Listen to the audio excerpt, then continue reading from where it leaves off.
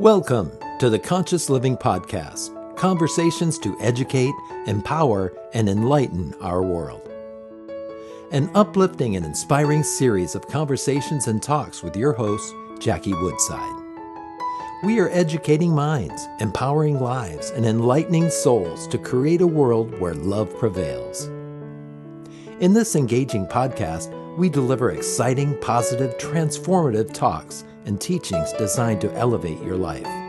Now, let's join our host, Jackie Woodside, for this week's session. Hello, everyone. Thank you so much for being here again for another episode of the Conscious Living Podcast, where we are here to educate, empower, and enlighten your world. I'm just so thrilled that you're here with us today because that tells me a little bit about who you are.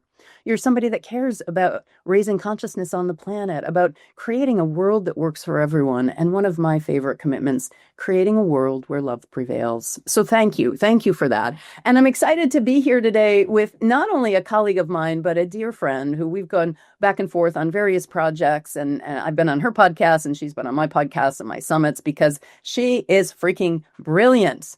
Tamara Dorris is an author of, get this, 25 different books. Prolific author across all different genres. She's written both fiction and nonfiction, but heavily steeped in scientific research. I mean, her books are just quite amazing. And she's also a college professor and a master mindset coach. So she really, as do I, very much knows the human condition. And today we're going to be diving into her brand new book, 25th, The Superconscious Solution, which, as you can see, I've got dog-marked and earmarked with all kinds of pages that we're going to dive into talking about. But before we get into that, would you spend a little bit of time, Tamara, telling us a little bit more about yourself?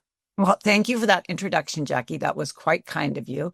Well, I would add to that I started on this journey, on this path, probably about 30 years ago when my life was much different. And I knew that I had to, when you talk about the bottom of the barrel, that's where I was. And I knew I had to sink or swim, as cliche as that sounds. And so I found a little book that was written, it was by Napoleon Hill, but it wasn't Think and Grow Rich. It was The Laws of Success. Yep. And I read it and I'm like, wow, I can do this with my mind. And I started playing with it and it worked. And I changed my life. And I'm like, okay, I got to figure out the science of this. How did this happen? How did I do this? And so the deeper and deeper I got into it, I started out like everyone with what I call the law of attraction light. And then as I got into it, I'm like, okay, but wait, how can that happen? So that brought me to quantum physics and neuroscience and epigenetics. And, I never came up from the rabbit hole. I'm still swimming in it. You're still swimming in it. Indeed, you are. Well, I would love to spend a little bit of time talking about this book, The Superconscious Solution. Tell us before we get into the specifics of what's in it. And it's brilliant, by the way. Thank you so much for sending me a copy, a signed copy. And especially thank you for asking me to endorse it. Yes, I get me on that cover. Yeah, no, yeah. So my endorsement said, Tamara doesn't just tell you how to raise your vibe and trust the universe. Instead, she does the rare and holy work of showing you how. I get chills when I read that. I'm just like, that is just the most beautiful book. Thank you. Oh, you're very, very welcome. So before we dive into it, and it's a brilliant, brilliant book, but just tell us a little bit of the backstory. There's always a story behind the book. Sure. Your inspiration that led to writing this book. Absolutely. I honestly thought that I was through writing any kind of manifestation books because I'd written them. I've written several. And what I was finding, Jackie, was that some people who had the best of intentions, they just weren't getting the results. And so I spent about 2 years researching and I'm like, what is it? What is it? What is it? And I finally concluded that it has to do with the fact that people who are unable to do traditional manifestation techniques, as you know, they're not that difficult, tend to be people who are living more in their amygdala, left brain, activated nervous system. And so I set out to say, how can people that fit into this, this one area still manifest? And so part of it was to access the superconscious. And first, of course, we have to get comfortable in our own body so that we can do that. Yeah. And you do such a nice job with that, helping people understand the correlation between nervous system regulation and manifestation. And I just want to say a little bit more about how important that is, obviously, because that's what got your attention and had you want to write the book. But we are living in a time that, I mean, kind of the baseline of how people are operating is with a frayed nervous system. Yeah. You know, that we're constantly overstimulated. Where is it? You know, we have a computer in our pocket 24/7. Yeah, I think that the whole 5G thing, a lot of people will be like, oh, that's crazy.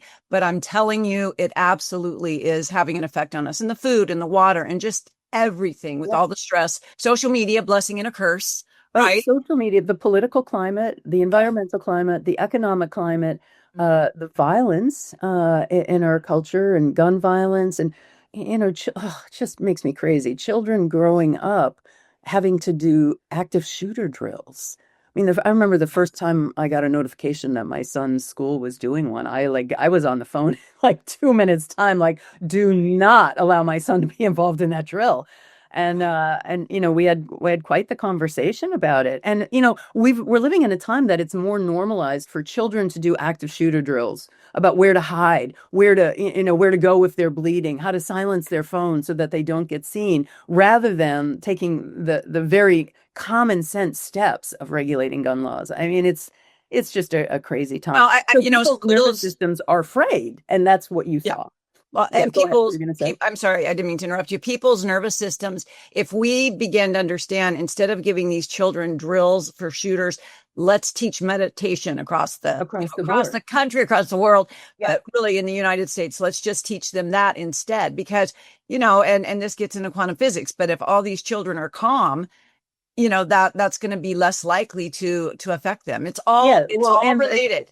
If we can create calm in people's inner world, that raises the vibration on the planet. And I don't know, let's just guess, maybe that makes us less prone to have active shooters in the first place. 100%. 100%. If you mean it really, it's America that's doing this, right? I mean, you don't see these kinds of mass killings. Now we're starting to get a little bit of spewing from America into other countries, but across the board, it's America. And we are fried. Our nervous systems are fried.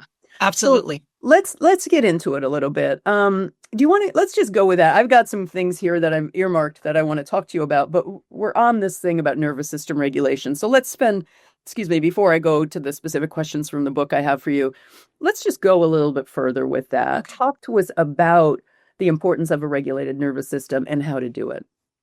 Well, I think, you know, you really pointed out something. You talked about phones and whatnot. Our kids today, like I had all 4 of my grandkids last weekend. Oh, there's a lot. There's a lot of 4 kids. It's a lot. Oh, that is a lot.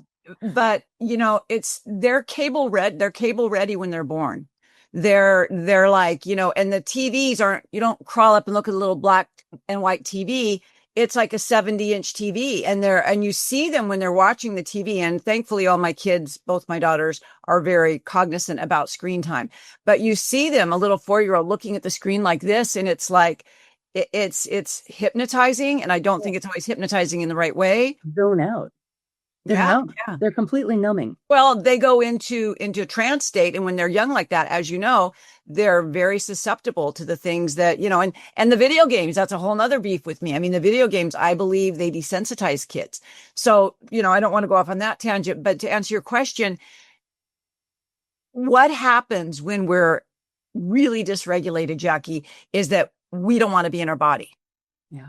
Hold on. Before you go further on down that thought, tell people what it means to have what does dysregulated nervous system actually mean, and how does it feel in the body, so people can begin identifying it for themselves. Okay, so absolutely. We have, in our autonomic nervous system, we have a parasympathetic and a sympathetic nervous system. And when we're in parasympathetic, we're in what's called rest and digest. That's when we're sleeping at night. That's when our body is repairing itself. But when we're alerted or alarmed or in fear, and we think that there's danger, you know, something's going on, we go into fight or flight. And that our amygdala sends a message, and all of a sudden it's like all systems are go. We're going to either fight or we're going to run. And so that's not meant to be sustained. We're not meant to be in fight or flight all the time. But what we're doing is we're living in a world that we are in fight or flight. And when we're in fight or flight, we can't access the superconscious. We can't access the part of our brain that allows us to do all the manifestation techniques that you and I understand. Yeah, absolutely. Yeah, our nervous system is hijacked. It's And hijacked. certainly you can't manifest in that state, but you can't even respond to life. You're in this mode of reactivity, hypersensitive reactivity to everything that comes your way.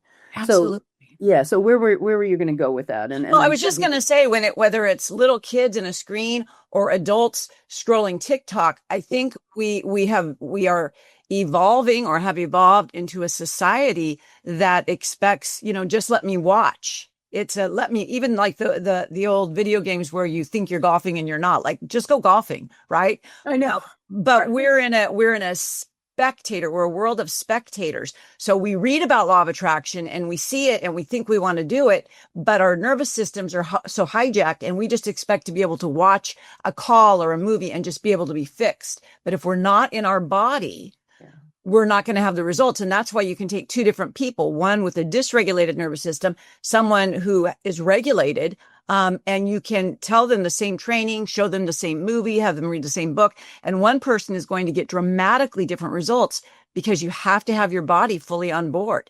And if we're dysregulated, we're not on board. We're not even, it's like, hello, Elvis has left the building. We're not even here. Right. So, and when you say regulated, you mean a calm mind, breathing, being conscious of your breath, relaxed muscles rather than tightened muscles, Right. calm emotions rather than frazzled and frayed emotions. Is that Yeah, I think that's a very, very fair description. The way that I explain it is when we're in fight or flight, our brain waves are in high beta.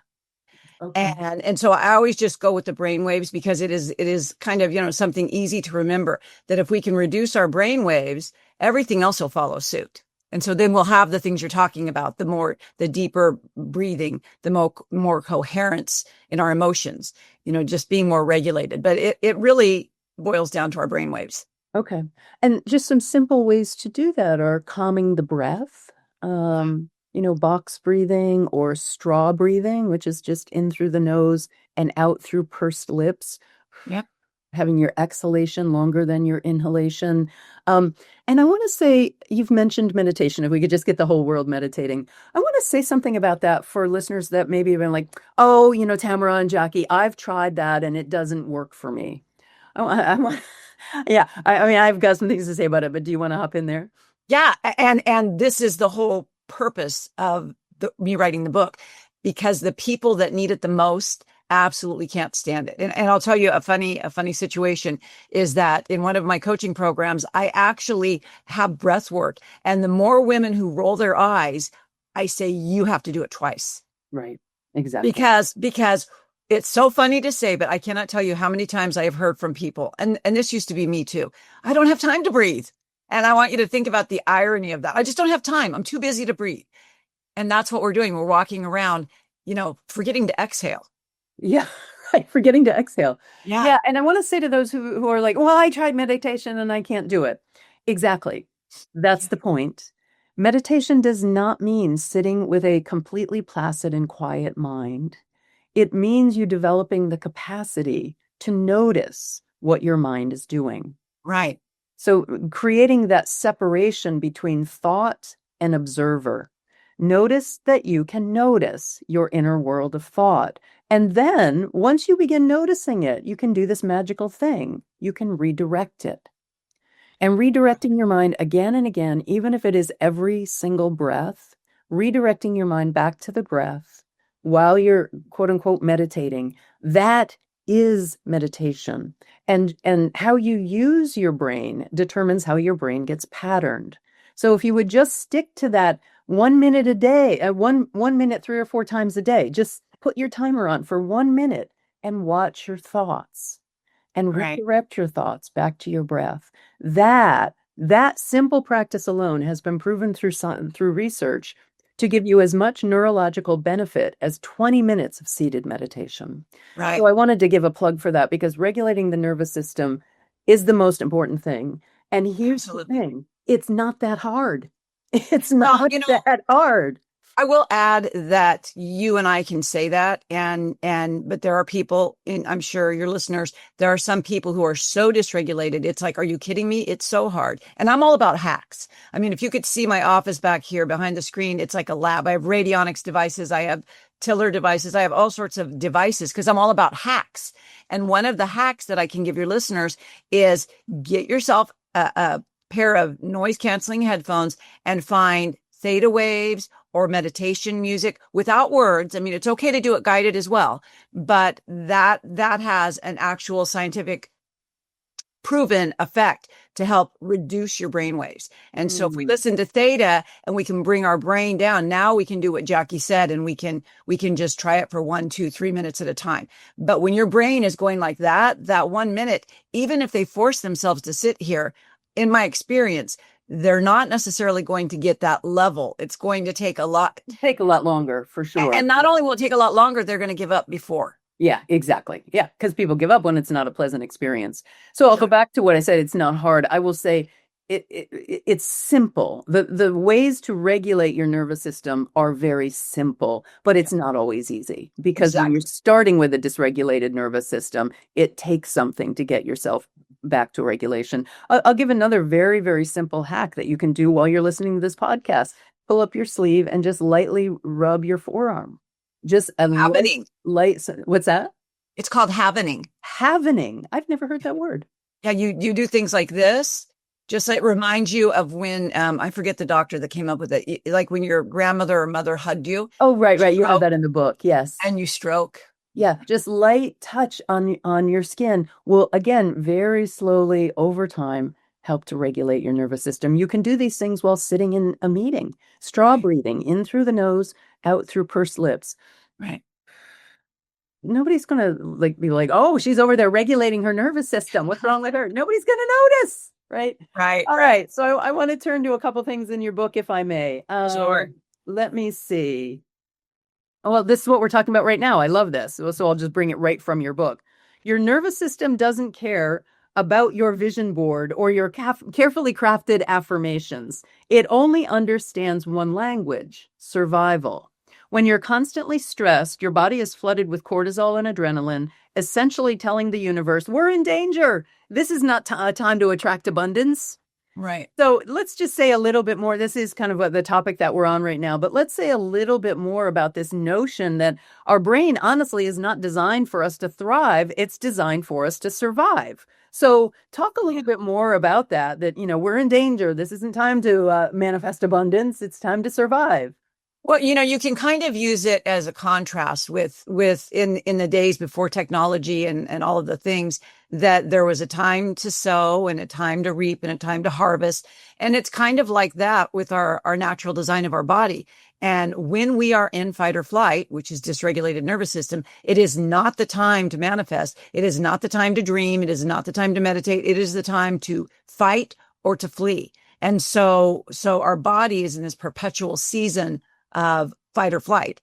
And so it's so interesting because people want abundance, and they buy the programs, and they read your books and they read my books, but they're not grasping that one thing, that if they're not in a meditative state, and you don't have to be a longtime meditator, but if you don't get into the parasympathetic, you can't access the tools that manifestation requires. Yep. No, exactly. Yeah. So calming the nervous system is the first part, which absolutely brings me to the next thing that you said. Oh, where is it? This one. Wait, I have to put this marker back so I can go back and find that one.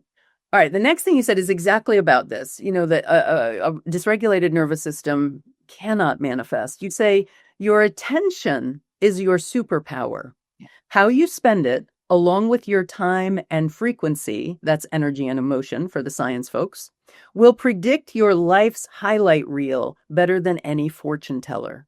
And here's the kicker. It's never too late. You're never too old, undereducated, or ungorgeous to craft a life that would make your celebrity crush jealous. So, and then you go on a couple sentences later, you say, taking charge of your nervous system is non-negotiable. So I want to talk about this notion that your attention is your superpower. Attention is really one of the biggest currencies today because It is. everyone, everywhere, all the time is vying for your attention. So I Yeah, want to talk talk about about this. getting hijacked. You said about being hijacked. I mean, if it's not, a social media scroll or feed, if it's not pharmaceutical commercials, it's the latest Netflix. We are giving our attention away and we don't even realize it. And Most our people. attention spans are getting shorter and shorter and shorter. When I started teaching programs as a coach, my first course was a year long. Yeah. And then at the end of it, my students literally took my calendar and put the follow-up of that course on it because they wanted to continue. Today, try to sell a 3-month long course and people are like, oh, that's too long. Well, and look at the same thing with videos. I mean, I Yeah. used to do Yep. hour-long YouTube videos 10 years ago, and now people want shorts. Give it to me Yeah. in 2 minutes. Yeah, shorts and reels. It's got 2 minutes or less. What kind of transformation do you think you're going to actually embed in your nervous system in a Yeah. 1-minute reel? And what we're doing, and that's a really good point that you just made. What we're doing is instead of changing our nervous system where it's more regulated, we're changing our environment so it goes with a dysregulated nervous system. Oh, say more. I don't know what you mean by that. Instead of calming ourselves Yeah. and slowing down, we're like, okay, it says go faster. Let's go faster. So it's like our environment, everything in our external world is reflecting that nervous system, and we just keep buying into it. And so it's just going to keep doing that and doing that. Yeah. And I'll repeat something that I said earlier. The way that you use your brain patterns your brain. Yeah. So when you are now repeatedly using your brain for short spurts of attention, scrolling, think YouTube shorts, think Instagram reels, these short bursts of attention, and then you try to sit down with a book on spirituality or philosophy, and it's substantively long, and your Right. brain's like, hell no. Right. I know, because you have programmed and patterned your brain for a short attention. So what are your thoughts about that, Tamara? What do we do? Because it is the culture all around us. It is, and I here will pull on your background in psychology in that I believe that this has a lot to do with addiction too, because we need a little more. We need the Right. dopamine hit wasn't quite big enough. I need a little more. And I think that's also where we're seeing an increase in like young people doing criminal activities and, trying fentanyl and all the things, because it's like, I need more. I need the hit needs to be bigger. So long are the days that you can just go do a Coca-Cola and sit outside and watch the sunset. I mean, it's like, what? Give me some heroin, Yeah, right. I need People are like, I need a hit. And so that's what we're doing. We're just all, give me something more. And I think that that's really leading to more addictive tendencies in people. Yeah, 100%. I mean, addiction is rampant. But I mean, I'm talking scrolling. I saw dopamine someone the addiction. other day who said, oh, I was going through TikTok when I was sitting on the toilet. And I'm like, are you kidding me? Is nothing sacred? Yeah, no, of course. That book that came out, I think a couple of years ago now, maybe 3, Dopamine Nation. The book Dopamine Nation was really, really good in talking about how we're all addicted to dopamine hits and we need that constant stimulation and gratification. So, there are things that people can do to counter this. But I want to go back to what you said about your attention is your superpower. So what we're talking about right now is external attention, right? Kind of what you're focusing on and the stimulation. And obviously one of the best ways to counter how we're living today is to put your damn phone down. Don't carry it with you everywhere you go. Don't take it with you to the toilet. Don't be scrolling while you're driving the car. And for God's sake, put it in airplane mode when you go to bed at night, please. Oh, yeah. Put it in airplane mode when you go to bed at night. I mean, there's so many things. They are in your control. Now, I get it's swimming upstream against the culture that we're living in. But look, it's your brain. It's your life. And who is going to, at the end of the day, who's going to determine how you are using your brain? So that's the external. But I want us to also talk about internal attention.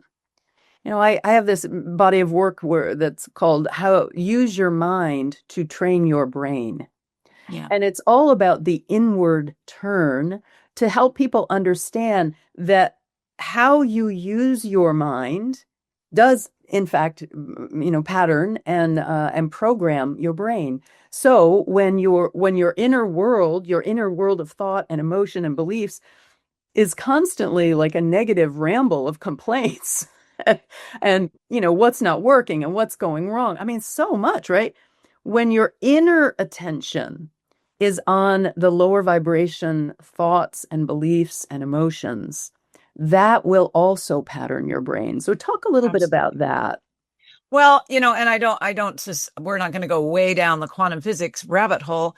But if we did, then we would understand that everything, you're kind of distinguishing external environment and internal. And in my world, they're the same thing. The external is just reflecting. Yeah, it's a mirror. A mirror. It's a mirror. Absolutely. Absolutely. So with that being said, and I want everyone to know I'm not any kind of conspiracy theorist or anything like that. But one of the paths that my search led me is to understand a little bit more about secret societies. And when you go back to ancient Egypt and Greece and you understand the Hermetic principles, the very first one is it's all mental. And one thing that I have been able to cull out of all my attempts at secret society research is that it's the very first thing that they teach initiates is that your attention and where you put your mental focus has everything to do with everything. So if that's true, and it is, then wouldn't it make sense that the powers that be that want our attention would try to distract it? Because if everyone knew how to manifest, then, I mean, it would, if people could heal themselves, then how would the pharmaceutical companies get by, right? And again, I don't want to go down the wrong rabbit hole, but I'm just saying our attention is our one most valuable asset and how we spend it. And if you're spending it, with the remote control and with your phone, you're literally voluntarily giving your all your asset, your biggest asset, you're just giving it away. Yeah. You literally are becoming, if you will, a slave to the society. Yep. Rather than crafting your own life, and all this, I want to manifest the right job, the right enough money, the right partner. If you want to have those things in your life, the first place to begin is looking at where your attention is. It's really funny you said that about being a slave, because in a mastermind that I was in before, we were talking about the nervous system and the high beta brainwave. It's the slave wave. That's what we call it. It's the slave wave, because you are being a slave to your environment, whatever it might be, wherever it might be. You're being a slave to it when you're in that, because you're constantly reacting to what's going on around you instead of saying, what am I thinking and feeling that may be reflecting back to me? Everything in our environment is just feedback. And, and we are in a high beta society. Everything in our culture is designed to keep you in that high beta, reactive, anxious state. Well, and now it's mass consciousness. So, right, everyone's like that. Right. And there's a lot of energy there. All right, let me go to the next one that I highlighted for us to talk about. It says transformation isn't just about manifesting your dreams. It is, and this is what we're talking about right now. It's funny how these all work together. It's about creating an internal environment where those dreams can actually take root and go from the non-physical to the physical. Yeah. So, this is, what we're talking about right now. So I love that first sentence. Transformation isn't about manifesting your dreams. Manifesting your dreams is a byproduct, an outcome of inner transformation. And then you say it's about creating an inner environment where those dreams can take root. So talk to me about that. Talk to me about that, creating an inner environment. What does that mean, and how do people do it? Well, one of the things that you just read reminds me, what's so important is we think like, I'm right here and I want this. This represents whatever, multi-million dollars or a mansion, whatever it is. And I think that when I get it, I'll be happy. But the truth of the matter is, part of the transformational process, Jackie, is the person I become before I have it is what'll bring it to me. But it's really all about that identity. Like if you just opened your eyes and all of a sudden you had everything you wanted, that wouldn't work. Not according to the law of physics. It wouldn't work. Neuroscience, it wouldn't work. Your external environment's always going to be a reflection of your internal environment. So changing your inner landscape. This goes back to Neville Goddard. feel as if you already have what you want and It's become real. that person. We think we need to get things outside of us to be happy. But when we can achieve that level of calmness and happiness and peace and love and gratitude internally, these things just come. They just come to us Yeah. with the right mental focus. I want to pick up on that and to highlight really what is central to my teaching and yours as well. The most important thing that you need to be focused on is your own inner world of consciousness. Those 100%. states that you said are all states of a high level vibration, high level frequency, high level of consciousness, peaceful, calm, loving, happy, loving, positive anticipation rather than negative anticipation or worry or fear. This lower states, lower vibrations are what block our ability to manifest our dreams. The fear 100%. and judgment and negativity and complaints and worry, all of that is, where most people are living most of the time. Resignation, apathy, it's too hard, just screw it. I can't do it. Or it's too hard, so I got to work hard. There's so much I need to do. There's so much I need to get up. I got to compete. I got to learn. I got to just relax. The most important thing that you will ever do is master your inner world of belief, emotion, attitude, and thought. Well, and I talk about this in the book, the different levels of consciousness. And the bottom level won't even be watching your show or listening to the show. Wouldn't even be. And the top level won't need to. Yeah, they wouldn't be But watching it either, right? The two in between, which is the second, is the by me. Like, I gotta do it. I gotta do it. I gotta do it. And the one above it, which is what we should all aspire for, is through me. Like, when things happen, they're not happening to me, they're happening through me and for me. And like I said before, everything in our external environment, every experience that we have, good or bad, it's teaching us something. It's feedback. And so when we start to look at things as on the way, not in the way, that's the big problem. When you talk about, the environment and distractions, it's really more about our perceptions of what we see going on and how we think it's happening to us. I think that's the biggest reason that we stay dysregulated, honestly. Yeah, and that's just a perception. It's a belief. So one of the most important beliefs I've cultivated, honestly, is from Romans 8:28, all things work together for good. Yeah. And I don't even necessarily mean that personally, like it works for my good, but it's working that life itself is benevolent. That's another belief that I've cultivated, that we live in a benevolent universe, even in the shit show that we seem to be living in right now, which is an evolutionary phase that we're in, devolution, actually. But we will continue to evolve. We will evolve for a higher good. Now I can't prove that. You can't prove that. But cultivating high vibe beliefs, high frequency beliefs is one of the ways to A, calm your nervous system, and B, master your inner world. Definitely. I always say the universe is conspiring in my favor. Yeah. And even if that looks like a fender bender, a late tax bill, an upset child, it's always giving me feedback saying, hey, here's what you need to learn. Here's where you need to go. Here's where you need to adjust sails. There's always feedback. And if we can start looking at triggers as treasures and recognize there's something here that I either want to heal or to grow from, that's what life is all about, in my opinion. Absolutely. Well, this has been a lovely, lovely conversation. Anything, kind of last thoughts about the Superconscious Solution book that you want to leave people with? Well, I will say, I know the first two chapters are really bulky, specifically because it's the nervous system dysregulation. But once you get several chapters in, it's the really juicy stuff. It's where we talk about quantum physics and neuroscience and the different methods and modalities that you can use to manifest, because 1,000%, as you also know, you can create the reality that you want. Your reality is just reflecting your inner world, as you said, Jackie. So there are practices and there are techniques in that book that I truly believe. I don't think I'll ever need to write another law of attraction book. I love it. It's such a great book. And I do want to say, and my life and your life are demonstrations of this. My spouse and I right now are fulfilling one of our many, many year dreams of building a year-round home up at our summer home in the Thousand Islands of upstate New York. Exciting. It is so exciting. And it has been 100% a result of using these principles and and they work if you work it, just like they say in the 12 steps. So Tamara, this has really been a lovely conversation. So people can pick up the superconscious solution at any of your local bookstores, and definitely want to get their hands on that. On Amazon.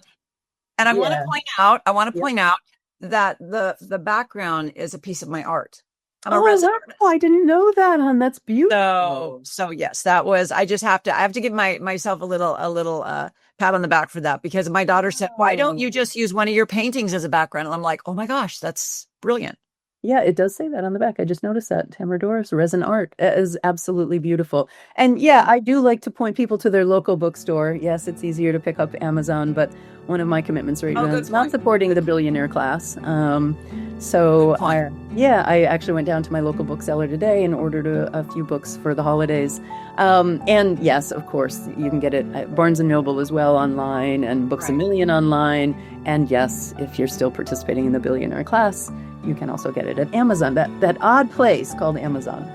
Right. Anyway, Tamara, that was a little aside, but it's always just so lovely to spend time with you. And, our work is so parallel and supportive of each other's thinking and who we are in the world. I'm just so glad to call you not only my colleague, but my friend. Thank you for being here with us. Thank you. Thank you for all the work you do as well.